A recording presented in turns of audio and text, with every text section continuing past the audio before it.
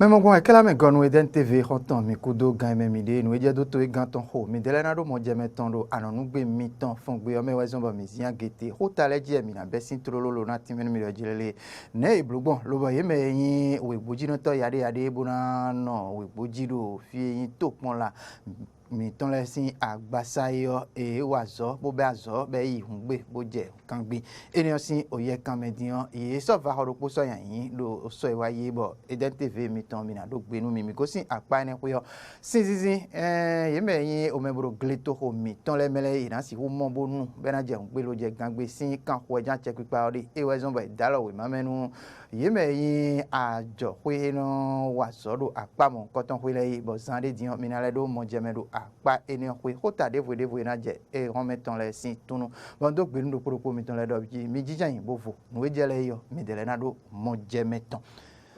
mina to entora jile do beneto mi ton me fio ye me buru to ho abi glito ho gege mele yi we yi me mo mo sin buru nu aye e ka do mo e a check pa ka do kan ho tite ngbe bo si na mo sin bo nu e inu bo ve ado a check pa ene we zon bo hon ito e do do o ai kun gban si o jonu le sin apa ho yo podo quand devoué pour dalo we mame nu o ajo we e rena wa soro apa mon koton we bo ye me mon le ina mo sizin bonu e nu wa mon koton e den TV gondo tombe ye le di me chilemi le wa gbembo sinsin na do petoro beneto mi ton me lutra la gleto dede makodo sinsin ale yi we zombo alo doro we mame sinu wa da ko potimbo ye blo do mirako Sylvain adopo mi ganda ko ewe azanu tito da ko we no peno kundo sinsin ko wudo gleto mi to le mebo e lodo ana IPMRI bodo mirako José da Cruz ganda ko e no we azado tito e lodo o mi la ipan tintin alo doro we ma ene kuzangbe tata gbe waye ewa iblo no wiwa enion bo gan gege tra la hoito e no do to do menu mi to le poto singo poro bereto mi to mende suno te ineme do ya ka ineme mira ko Sylvain adopo mi gan na do yikuwi ero teti mewe do mpeto gege do versi to se do bereto mi to metra la le na sensation gbe akọ no iko lopo a medele de oye de lona sai chake we no titon lopo mo je gleto leme mede de lede bo pon konu kone abi bon fotono kolo pomiton enio bi jeneo inosi lu no sai bo nu enio le wa gbenbo gbopodo alinu ko nu enio wezombo mi dolo mejele mi na yi gbeto tengbeju e na penukundo sinsisa nu to vitosi do gleto lemebo bo to vitosi le ena ba unu yi bo nu ko na do deo eti dawi nemiwe mindo mali medion mi na zeti to enio dote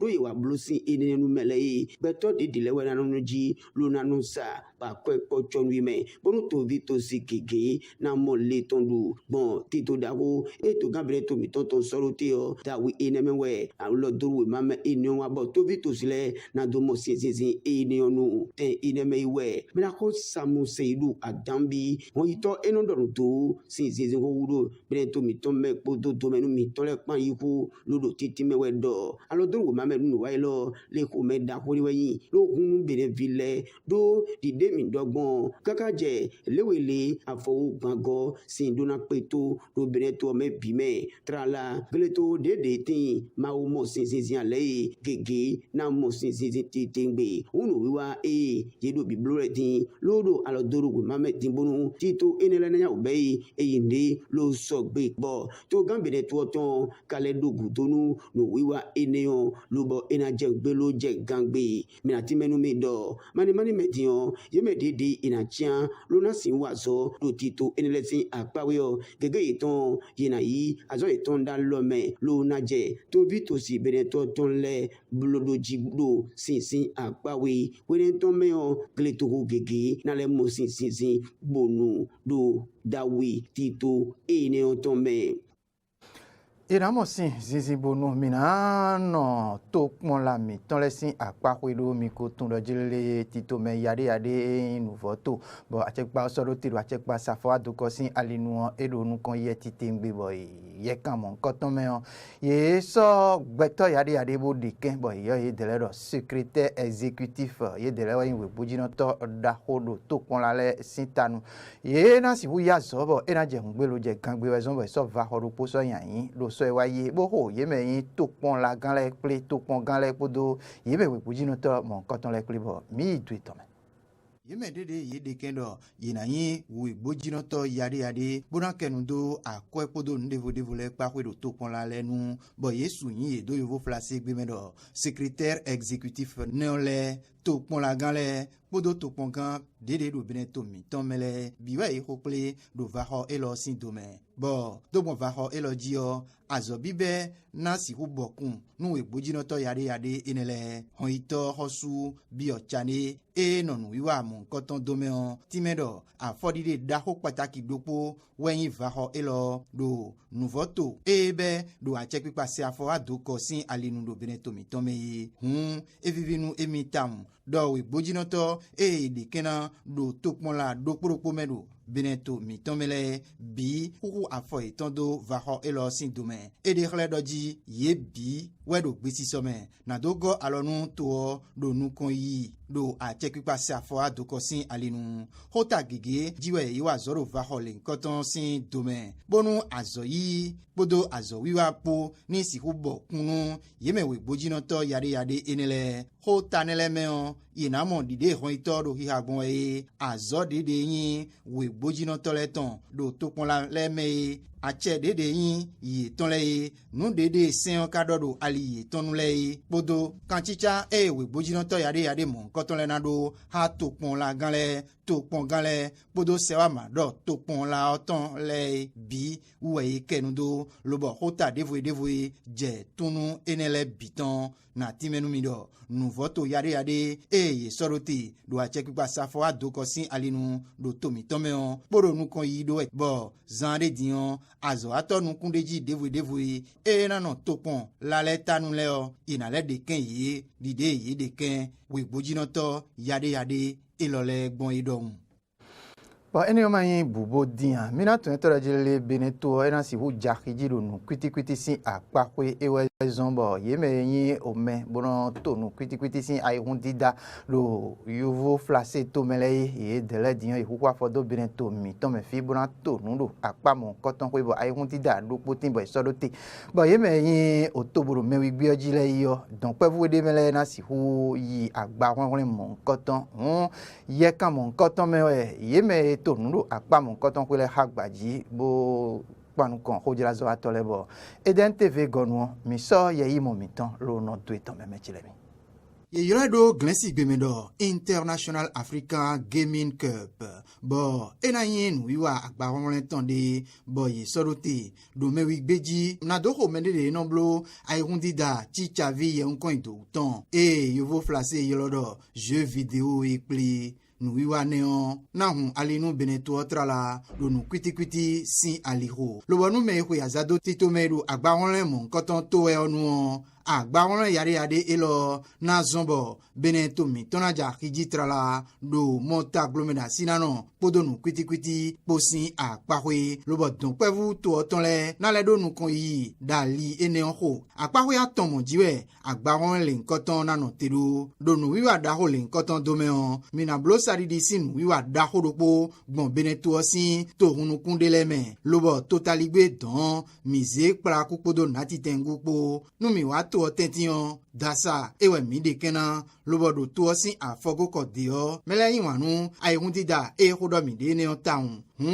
mina blonu wiwa mon koton ro kutonu hogbonu kalavi loko sakodo bori konpo tota tanton dede mi de kenanu agbaronle hodo mi de le ine lobodo saridi sinu wiwa ene ongudo gbeton enenu konton dede na tonta do nu wiwa mele wemina hokple ha medede na do dudeji mon pepepero mewito temeteme de le me ku tonu to ho mewe ye so kan yin nunu wiwa mon koton do podo tasuna agba won ene otonpo lo bo gan e pache do titome nice cactus onu timedo nuwezo ba so azinkan àpawọ́rẹ́ mọ̀ nǹkan tọ́ntọ́n wá tún tẹ́ dó bẹ̀rẹ̀ tó omi tọ́mẹ́ ọ́ wẹ́yìn dọ̀tún pẹ́fù bẹ̀rẹ̀ tó ọtán lẹ́ yíwọ̀n nú àìhún dídà lòmọ́tà glomera síná náà kpódó nù kwitikwiti sí àlìjí táwọn ẹni wáyé nù bókò àyìmí tọ́sẹ̀rẹ́ bọ̀ èrò dandan mẹ́bọ̀ mi lónà nánu kan yìí tán pẹ́fù mọ̀ nǹkan tán lẹ́rọ nù kwitikwiti sí àlìjí hún àìhún dídà lè nǹkan tán náà zọ́nbọ̀ yémẹ̀ gègé náà lẹ́dọ̀ nnu kan yi tite ngbèrò àpá ẹni pé bọ̀nà dọ́nu mi dọ̀ hàn yìí tọ́lẹ̀ kpódó tó gán bẹ̀rẹ̀ tó ọ̀tán kpó wá gbẹ́jẹ́ nù wíwá ẹni ọpọ́n tóbó yìí gbéná ló hàn yìí yẹ tán sí nù wíwá dókpó sí ìwénu. ẹni lọ dín mẹtsẹlẹ mi mina yi sinsẹn si akpakpe bena dɔnu mi dɔdzile do yɛhoe katolika si akpakpe yɔmi ko tun dɔdzile